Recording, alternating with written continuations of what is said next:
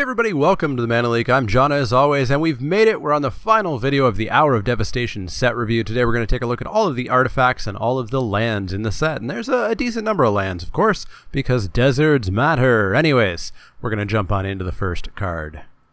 Up first is Abandoned Sarcophagus. Abandoned Sarcophagus is 3 generic mana for an artifact at rare. You may cast non-land cards with cycling from your graveyard. If a card with cycling would be put into your graveyard from anywhere and it wasn't cycled, exile it instead.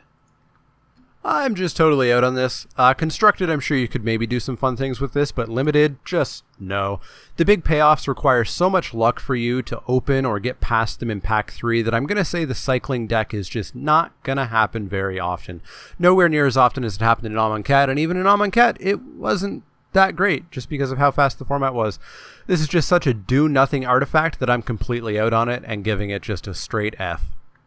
Crook of Condemnation is up next. Crook of Condemnation is 2 generic mana for an artifact at uncommon. Pay 1, tap it, exile target card from a graveyard. Pay 1, exile it, exile all cards from all graveyards.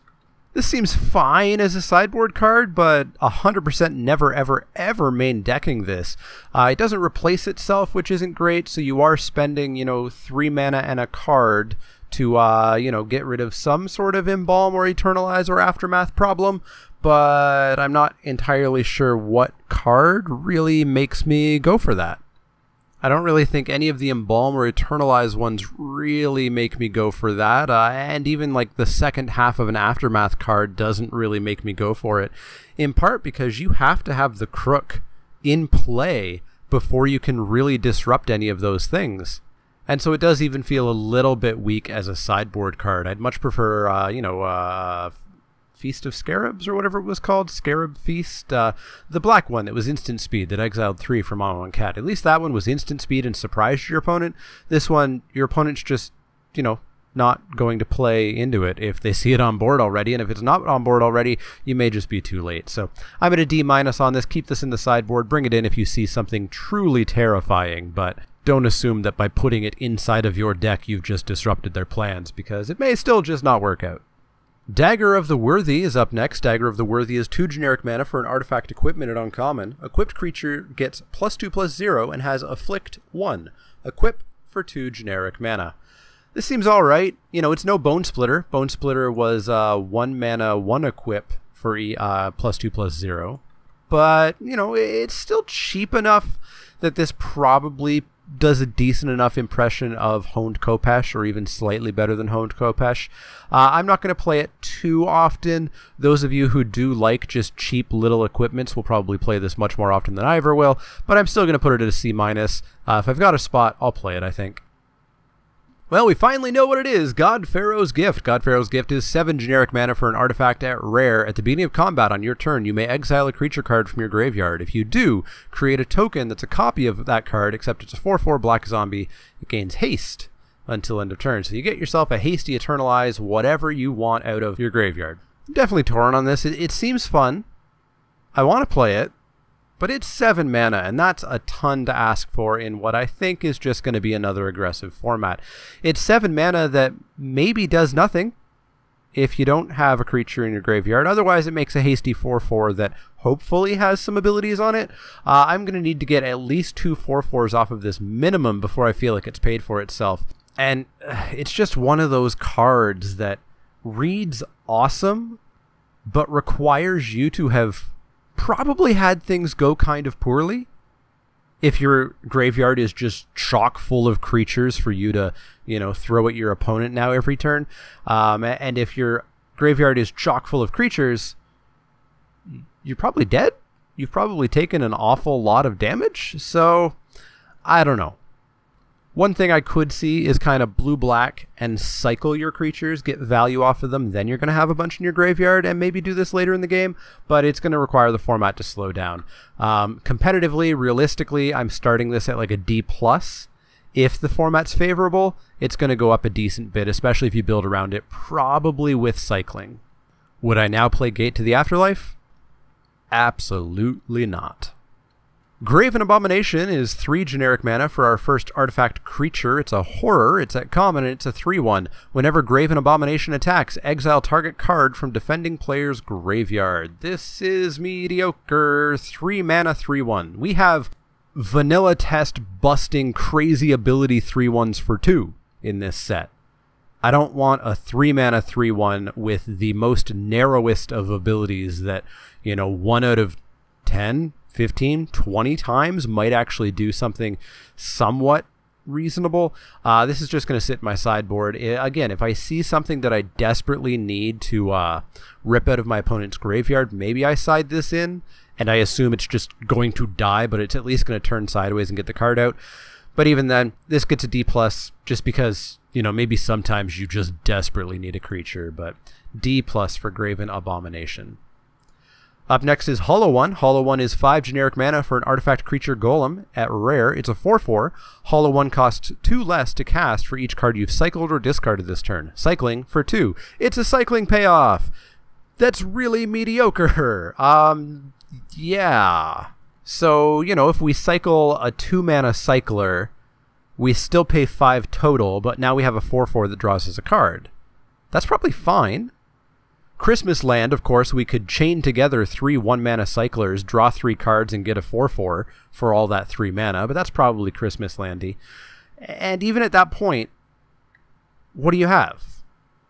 You have a 4/4. This is not Archfiend of Ifnir. This is not Drakehaven. These are not the cycling payoffs that we need in Hour of Devastation to make the cycling deck something powerful. This feels like an uncommon to me. It doesn't even really feel like a common, or a rare, rather. It's just a 4/4. Fail State, it's a 5 mana 4/4, which is okay. It's filler level. And if you are hopefully blue-black cycling, it's going to be maybe a 3 mana 4/4. But that still just doesn't feel like, it doesn't feel like you got there. You didn't go off by playing this a bit cheaper. You just got a good deal for it. So I'm going to set this at a C. I think you pick this late, preferably in pack 2, when you know you're going to try the cycling deck. This is pretty far from a pack 1 pick 1 for me, I think. So just on a C. Manalith, a reprint from M12, is back again. It's 3 generic mana for an artifact at common, and tap it. Add 1 mana of any color to your mana pool. I like Manalith quite a bit. We don't often get 3 mana tap for any color mana rocks these days. I liked Manalith quite a bit back then. That was back when Magic Limited was a little bit slower and not, oh my god, turn things sideways. So we'll have to see what this format looks like. This format's probably going to be a little bit hostile to it. I still think it's good. I'm still going to put it at a B-. I'm still going to pick it basically as soon as I'm out of bombs and removal, because I'll put it in a lot of my decks at least to start. But I do have a really bad feeling that we're just not going to get to play 3 mana rocks, or we're just going to die. So B- for me, and B- for the hopes and dreams for this format. Mirage Mirror is up next. Mirage Mirror is 3 generic mana for an artifact at rare. Pay 2. Mirage Mirror becomes a copy of target artifact, creature, enchantment, or land until end of turn. I really like Mirage Mirror. Really, really, really like it. 2 mana to become the best creature on the board until end of turn, and then you can attack with it. Or don't do anything on your opponent's turn. You can block with it. Become an artifact, become an enchantment, become a land. I'm not sure what land you would want this to become in Limited anyways. I love this thing a lot. Now remember, it doesn't enter the battlefield, so you're not copying those awesome triggers, but you're still getting the great creatures. This just seems like a snap first pick to me, because every single deck will play it. I don't know of a deck that won't play this unless 1-drop, 2-drop exists again. And I don't know that 1-drop, 2-drop deck exists. I think this is going to be a very aggressive format, but not that crazy aggressive. I'm at a B+ on this just because you do have to keep pumping mana into it to get the value, but I will first pick this every single time, I think. Sunset Pyramid is up next. We built some pyramids and stuff in Amonkhet, and now we're tearing them down. 2 generic mana for an artifact at uncommon. Sunset Pyramid enters the battlefield with 3 brick counters on it. Pay 2, tap it, remove a brick counter from it, draw a card. Pay 2, tap it, scry 1. Yeah, these are all great words. Ever so slightly expensive costs, but still pretty much fine. This is also nice because a bit later in the game, if you do drop this, on turn 6 or 7, you can play it and activate it. And if you don't have a 2-drop on turn 2 and you have this, you can play it and then it's there for the rest of the game. Hopefully. Yeah, I like this a fair bit. Just having something to do with my mana on my opponent's turns is what fuels blue-black control decks. The deck that really hasn't existed that much in several formats now. Yeah, hopefully we get back to it. Hopefully this is really playable. I'm going to start optimistically at a C+. We'll see if it's something that works out or not. Traveler's Amulet is our second last artifact. Traveler's Amulet is a single generic mana for an artifact at common. Pay 1, sack it, search your library for a basic land card, reveal it, put it into your hand, then shuffle your library. I like Traveler's Amulet. I like it a fair bit. I loved it in Pharaohs. I loved it in Innistrad. It really helps you splash. It helps you splash so well. Helps you fix your mana, gives you something to do on turn 1. I love Traveler's Amulet.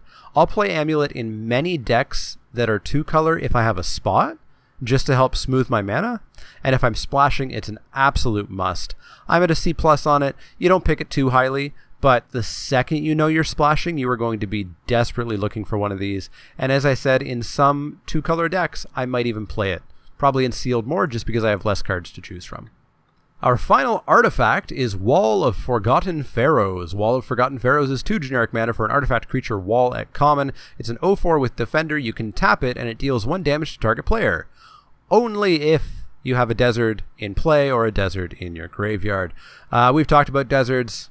We'll talk about deserts finally in just a few minutes. But yeah, I just don't think you're going off with this. It's an 0/4 for 2. That doesn't do great. Some people have actually asked me about my my low ratings on blocking creatures, because blocking creatures get you to the late game. Usually, yes. But this format has 2-drops that attack with 3 power. This format has 3-drops that attack with potentially 5 power if you're looking at Hooded Brawler. So an 0/3 or a 1/3 or an 0/4 often just doesn't cut it. It's a blocker in that it blocks for 1 turn. In which case this could be a 1/1. This could be a 2/2. It's doing the exact same thing as an 0/4. When people say that blocking is bad in this format, they're not being hyperbolic. Blocking is bad in this format. Will it be an Hour of Devastation? It looks like it might be, and I'm just not going in for an 0/4. The Desert Claws, that's just not for me. I'm not doing that. I'm not doing that for this card. So I'm out on this. This is a D+. I'll side it in if I'm horribly desperate for one more cheap blocker, but not for me. D+. All right, finally, we're going to take a look at the lands. We have 1 land that is not a desert, and then the rest are deserts. Crypt of the Eternals. Crypt of the Eternals is a land at uncommon. When it enters the battlefield, you gain 1 life. You can tap it to add a colorless to your mana pool. You can pay 1 and tap it to add blue, black, or red to your mana pool. This is Nicol Bolas's land, and it's not good. It's Painted Bluffs, but it only works for 3 colors. And it gains you a life. Ooh, absolutely not. I'm not playing this unless I'm horribly desperate for fixing. I tried my absolute best to never play Painted Bluffs. I'm not playing a more narrow Painted Bluffs. D+, totally out on it. Up next is a cycle of 5 common deserts. We have Desert of the Fervent, Desert of the Glorified, Desert of the Indomitable, Desert of the Mindful, and Desert of the True. All of them enter the battlefield tapped. All of them add a color of mana as appropriate to the land to your mana pool. And you can cycle all of them for 1 generic mana and 1 mana of their appropriate color. These are fine, but I'm not a giant fan of them. Obviously, if you're really trying to get deserts, these are the ones you're going to get, because on average, there's going to be about 2 of each in every draft. But a tapped land is a very, very serious cost, especially in a format that I think is going to be aggressive. You play your tapped land and miss a drop, you might just get run right over. The cycling's cool and all, which means that if I draw this late in the game, I can pay the 2 mana and get a different card. That's cool. But boy, am I ever hesitant about playing a tapped single mana land. I'm at a C- on these. Again, if you are desperate for a desert, you have a juicy rare that requires it, you have maybe Sand Strangler. These are the ones you're gonna get, but I don't really want to play them. So I'm going to go for a C-. I do not think you ever play these if you don't have a Desert Matters reason. So C- for the 5 deserts. Dunes of the Dead is an uncommon land desert. You can tap it to add colorless to your mana pool. When Dunes of the Dead is put into a graveyard from the battlefield, create a 2/2 black zombie creature token. This land does not have a way of sending itself to the battlefield. We're going to talk about 5 deserts that could do that for you, but this is a land that taps for colorless and does literally nothing if you don't draw, you know, your one other specific card that can do something with it. If you're lucky, maybe 2. This just seems giant meh to me.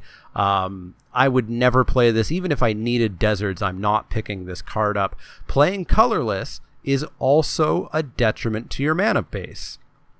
It's probably not quite as bad as a tap land, because of course you can use it the turn that you play it, but you get this in your opening hand, and it's your only land. I mean, you're probably mulling anyways, but you get this and a mountain in your starting hand, and you've got a bunch of 2-drops, and they all require green. Well, you made the odds worse for yourself by putting a colorless land into your deck. I'm totally out on this card. I'm not going to play this, even if I require deserts. I'm going to pass this. This is going to be something that I probably just never take. D- for Dunes of the Dead. Well, we get deserts at every rarity. We have Endless Sands up next, which is the brightest art I've ever seen in my life. Land desert at rare. Tap, add a colorless to your mana pool. We just talked about that. Pay 2, tap it, exile target creature you control. Pay 4, tap it, sack it, return each creature exiled with Endless Sands to the battlefield under its owner's control. This is just a great big giant no. There's this really cute idea of each time a creature you have would die and not trade, perhaps, in combat, you store them up, or would die to removal, you store it into Endless Sands, and then one day you just let them loose. That is way too janky to actually be good. I'm super, super out on this. I will never pick this. It is a straight F to me. Absolutely not. Hashup Oasis is up next, and it's the start of a cycle of uncommon deserts that I actually think are playable in probably most decks, and especially in the Desert Matters decks. Hashup Oasis is a land desert at uncommon. Tap it to add a colorless to your mana pool. Boo. Tap it, pay 1 life. Add green to your mana pool. Pay 1 green, tap it, sack a desert, so itself or another one. Target creature gets +3/+3 until end of turn. Activate this ability only anytime you could cast a sorcery. So paying 1 life for 1 mana is basically nothing. I will do that all day, every day. Later in the game, when you have other sources of green, you just use this for colorless. The ability, though, I'm not super sold on. Destroying a land needs to be an effect that's basically going to end the game for me. I'm not okay with just throwing lands away. +3/+3 and no trample at sorcery speed, so my opponent knows exactly which creature to block. Not really my cup of tea. Maybe if it was on a flyer, but apparently I'm in green. So half my deck is very definitely not going to be flying. That all being said, this is basically free. You can basically freely put this into your deck. Yeah, you might have to pay a life for a turn or 2 or 3, but that's not a big deal for you to, continue playing Magic and affecting the board. So if you require deserts, this is going to be a very high pickup for you. Basically, as soon as I hit like a C or C+ versus this, I probably take this.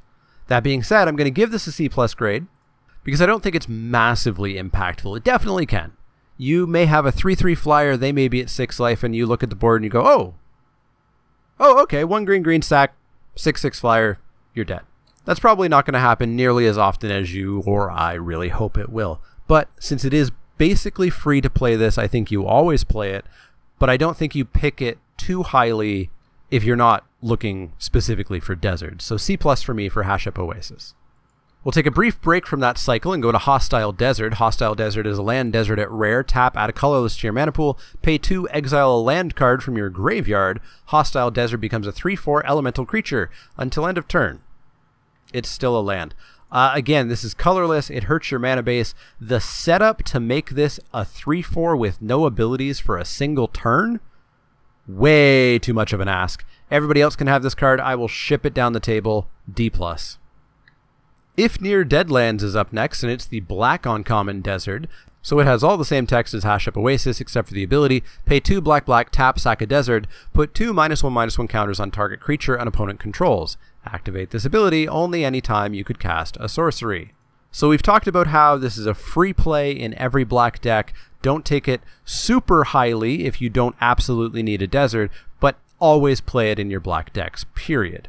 The ability is where we're going to have to, talk about this and maybe change the rating a little bit. Removal is something I would sack a land for. 5 mana is a little bit costly because you're tapping this and maybe sacking it for -2/-2 is a bit of a strong ask, but again, it's virtually free. You don't have to do that.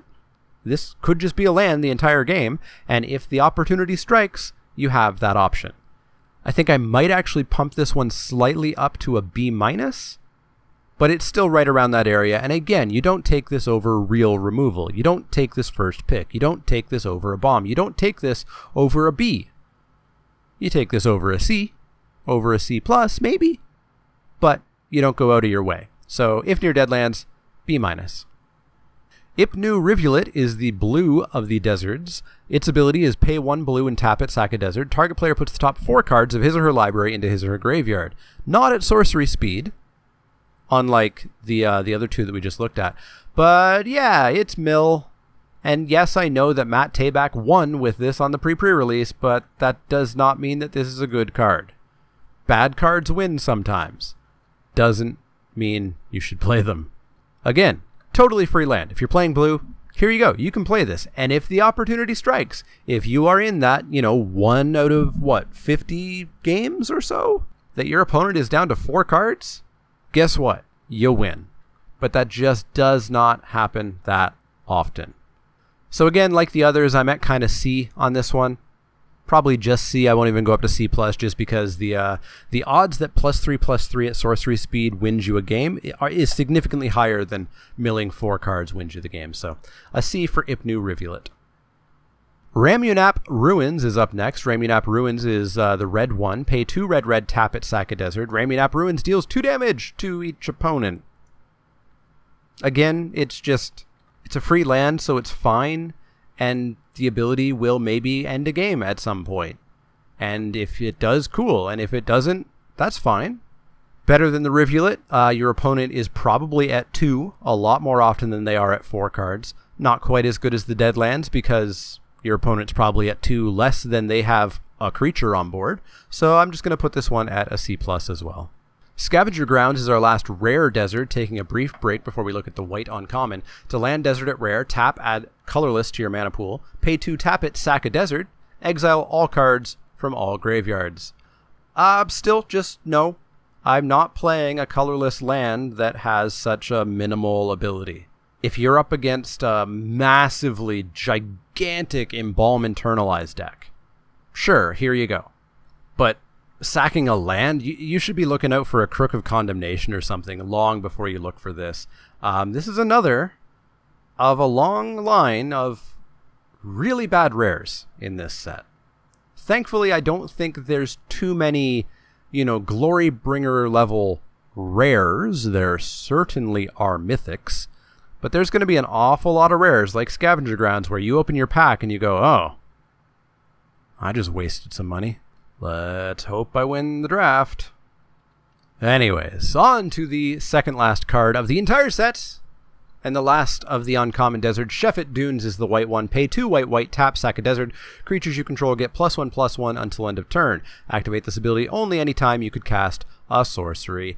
Sorcery speed, Trumpet Blast effects are kind of white's jam. They don't often get them at instant speed like red does, but +1/+1 is so weak. Just so really weak. Again, this is a free land. If you're in white, you play this. And then if you're in the situation where this wins you the game, cool. You didn't lose anything by playing this land. You won the game because you played this land. And if the ability doesn't win you the game, you've got a land. We always want lands, right? Again, I think this is kind of at the C range. I think the situation where this wins you the game or does something truly impactful is nowhere near the level of the black one or the green one. So just a C for Sheffet Dunes. Now, we talked about these uncommon deserts and how I'm saying that you should probably just play them in every deck. So I know that people are going to say, oh, but you said Desert Matters is bad. I'm just going to play, I'm going to draft all of these that I can find and play 4 of them in every deck. That's where we need to talk about odds again. In an average draft, there is less than 1 of each of these uncommon deserts, specifically 0.8. Everybody else at the table is going to pick it as soon as the pack suggests that they do, as soon as the pack runs out of stuff for them. So you are not, absolutely not, going to load up on these uncommon deserts. You should probably count yourself really lucky if you get 2. And that's why I think Desert Matters just doesn't really work as a deck in this format. We'll of course have to play with it and see, but I think you only play the Desert Matters cards that are good to at least moderately filler if you never ever draw a desert. So we're talking Desert's Hold, we're talking Sand Strangler, etc. And I don't think that you jam your deck full of the garbage rare and the other garbage uncommon deserts, or jam them full of the common ones. 1 common one maybe. 2, and I'm starting to feel a little bit iffy about my mana base in a fast format. Anyways, we do have 1 final desert, and it's also playable. Survivor's Encampment is a land desert. Tap to add a colorless to your mana pool. Tap an untapped creature you control. Add 1 mana of any color to your mana pool. So this is Ally Encampment from Oath of the Gatewatch, except it's a desert. Now that's not terrible. It's colorless, which kind of sucks, and it requires you to have a creature that you don't want to do anything else with to make the colored mana, but at least it makes colored mana and doesn't come in tapped. But while playable, I think this is only playable when you have multiple Desert Matters cards, when you are trying to be the Desert Matters deck, or at least have a sub-theme in your deck. Unlike the uncommon ones, you don't put this in your deck. Even if I'm splashing, I would so much significantly prefer a green spell to splash, an Oasis Ritualist or something, a Traveler's Amulet, an Evolving Wilds, anything but this. But if you need deserts, this is a playable option, much more playable than the other options that are out there, some of the other options that are out there. Anyways, that's the end of the format. I'm definitely excited about this format. I'm excited to draft something that's not Amonkhet, to be honest. And, you know, I think it's going to be slower, but Amonkhet was super fast a lot of the times. And I think this is definitely going to be a fast format with aggression kind of winning out as the, you know, top deck. Red looks very aggressive. White looks very aggressive. Afflict literally punishes blocking. And so I'm definitely concerned about that, for sure. But yeah, I'm excited to play the format. Even bad magic is still something that I enjoy. So it does kind of rub me the wrong way when people say, oh, you're negative about this set. Maybe you don't like magic anymore, etc. Rah, rah, rah, in the comments. I can be negative and still enjoy magic. I can still like this game and criticize it. Like, the game is not above criticism, you know, regardless of how much I enjoy playing it. But yeah, my kind of takeaways for, you know, going into this format is I think it is going to be aggressive. I think blocking is still going to be something you don't terribly want to do.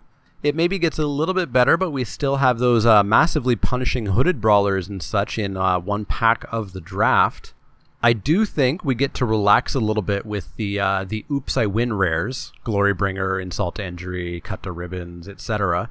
Because I think the rares are a lot lower power. We do have some really good ones like Angel of Condemnation and such, but I think a lot of the, oh my god, I can't win now power is locked up at Mythic. And even those ones are, you know, interactable at least.